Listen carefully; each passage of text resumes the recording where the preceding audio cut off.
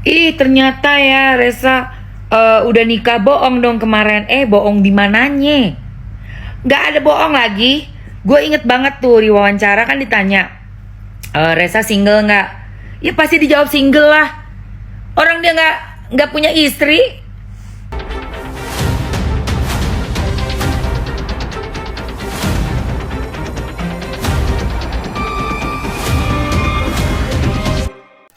Mbak Dino kemarin tuh harusnya nggak ngomong kayak gitu biar nggak blunder, nggak perlu bawa-bawa pengacara juga. Buat apa? Buat nantang, buat nentangin istilahnya. Kalau kayak gitu kan kesannya kayak nantang kayak gitu ya, bawa pengacara segala. Kalau memang dikejar wartawan ngomong aja, memang itu salah saya karena saya sudah ngomong sama Reza bahwa saya tidak mau diikut campurkan. Selesai, makanya mungkin Reza ngomongnya kayak gitu. Kalau memang wartawan masih tetap kekeh menikah atau enggak ya jawab aja iya memang pernah menikah kayak gitu. Kayak gini blunder, Anda aja salah ngomong kenal 2018, nikah 2022, terus anak 6 tahun itu aja sudah salah loh kalau dihitung-hitung. Akhirnya dibully kan Mbak Dino. Makanya semua itu harus hati-hati karena kamu itu kayaknya nantang. Soalnya bawa lawyer segala mau membuktikan, yang mau dibuktikan itu apa gitu. Toh yang mau dibuktikan untuk apa? Kita itu mau Reza nikah punya anak pun nggak peduli ya. Reza juga sah-sah aja, laki-laki dan perempuan nikah punya anak nggak apa-apa gitu loh. Toh Reza juga saya kira bertanggung jawab tuh, ada yang buktinya ada foto dengan ibu sampean itu yang di mall bawa es krim ya. Itu aja anaknya sudah besar loh. Tentu kalau Reza nggak pernah nemuin anak, nggak bertanggung jawab, nggak mungkin ya ada foto-foto kayak gitu juga loh Mbak Dino. Makanya kalau mau speak up tuh harus hati-hati ya. Seharusnya kemarin itu nggak usah pakai bawa pengacara, kayak mau nantangin aja kayak Reza itu ada kesalahan aja. Padahal apa sih, Reza kan nurutin maumu kayak gitu loh, nurutin maumu kayak gitu. Sah-sah aja Reza mau nikah mau punya anak, kami nggak apa-apa, terserah gitu loh, wajar loh. Malah Reza kalau nggak punya anak nggak nikah tiba-tiba kan malah punyanya cowok sama cowok kan malah ngeri kayak gitu loh. Ini sah-sah aja, berarti normal dia dong. Dan juga dia nafkahin anak, walaupun nafkahin nggak belum sepenuhnya, wong toh Reza juga belum kerja, sekarang sudah kerja, insya Allah mungkin Reza nanti juga akan ingat sama anaknya kayak gitu loh Mbak ya. Sekarang blunder kan, aib-aib dikorek-korek akhirnya. Makanya mending diam aja deh, selesaikan, gak usah ngancam-ngancam kayak pengacara segala. Semenjak mantan pansosnya si Resa keluar, terus mulai banyak nih komen-komen yang gue lihat bukan dari akun real ya. Nggak tahu nih apa buzzer atau ya Allah Queenie nyantai aja keles. Buzzer atau siapa ya, tapi kayak ih ternyata ya Resa udah nikah. Bohong dong kemarin. Bohong di mananya? Gak ada bohong lagi. Gue inget banget tuh di wawancara kan ditanya, Resa single nggak? Ya pasti dijawab single lah. Orang dia nggak punya istri. Aduh Queenie cukup, Queenie cukup. Nggak punya istri ya pasti single gitu loh.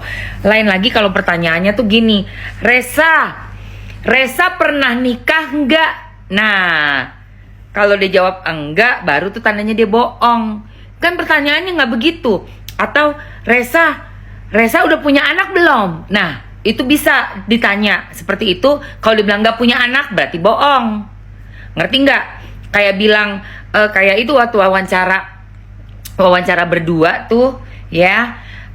Dibilang, iya nih baru punya anak satu, harusnya ada satu anak lagi, laki kek. Nah, itu berarti bohong tuh. Tahu kan lo wawancara yang ibu sama anak itu? Nah, seperti itu ya. Jadi kalau Resa bilang dia single wajar karena emang dia nggak punya istri, dia sendiri. Oke? Dan menurut gue dia udah nikah atau pernah nikah itu wajar-wajar aja. Umur 24 kok. Kenapa emangnya?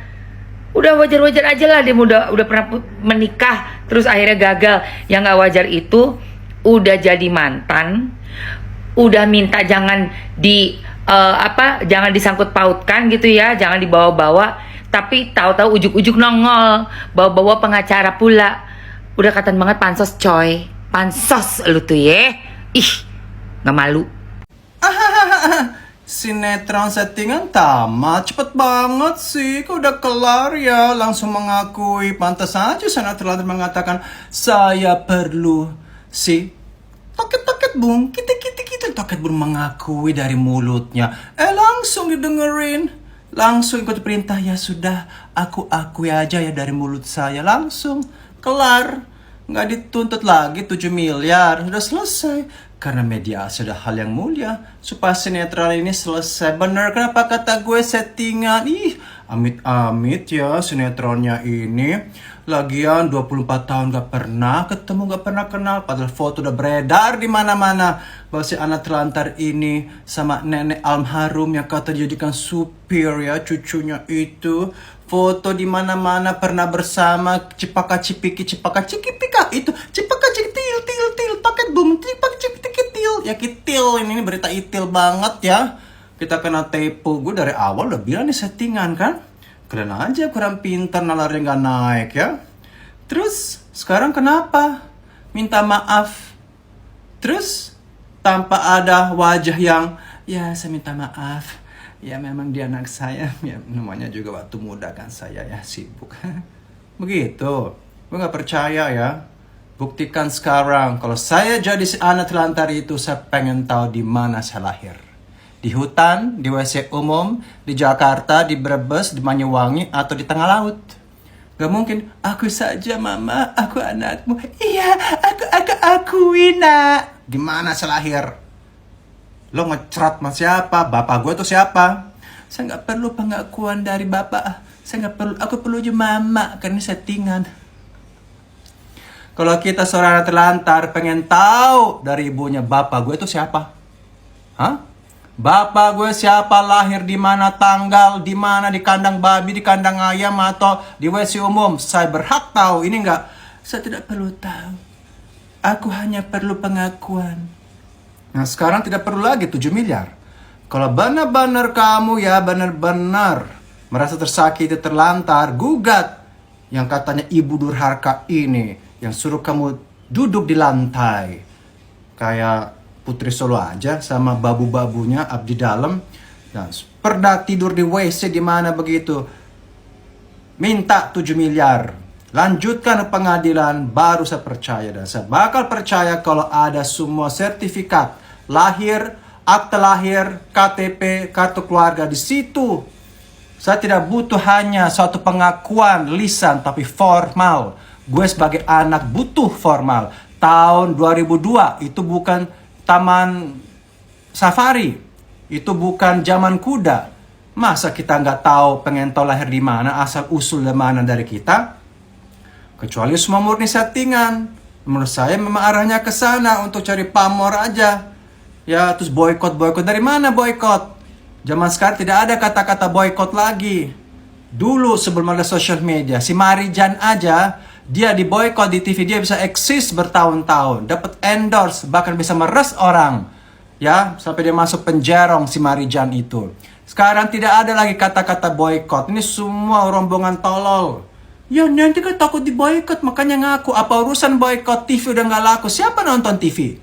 Sekarang itu kita bisa eksis di sosial media tanpa halangan. Mau lo berita positif negatif lo pasti punya pengikut. Seperti Marijan, banyak artis-artis nggak nongol di TV lagi karena murah. Yang nonton juga orangnya nggak jelas. Jadi bukan alasan boykot. Takut. Ini karena baru selesaikan sinetron ini, karena sinetron ini sudah buyar kemana-mana. Sinetron ini sudah banyak kebobolan, banyak hal-hal yang tidak masuk akal. Dan kelihatannya sutradaranya bukan orang India, tapi orang lokal. Sutradara lokal yang rada-rada blow on, ya. Puas, settingan murahan. Mendingan sekarang dua-duanya blok aja. Gak usah lo tonton. Gak tahu diri dua-duanya lo. Mau anak sama ibu podo wae ngesetting. Untung saya otaknya jalan dari awal. Dan juga lagian banyak buzzer yang muncul. Kenapa kasus gini buzzer muncul yang 0 follower? Kenapa? Artinya memang di setting. Mereka sebelum setting ini mereka beli buzzer untuk nyerang-nyerang.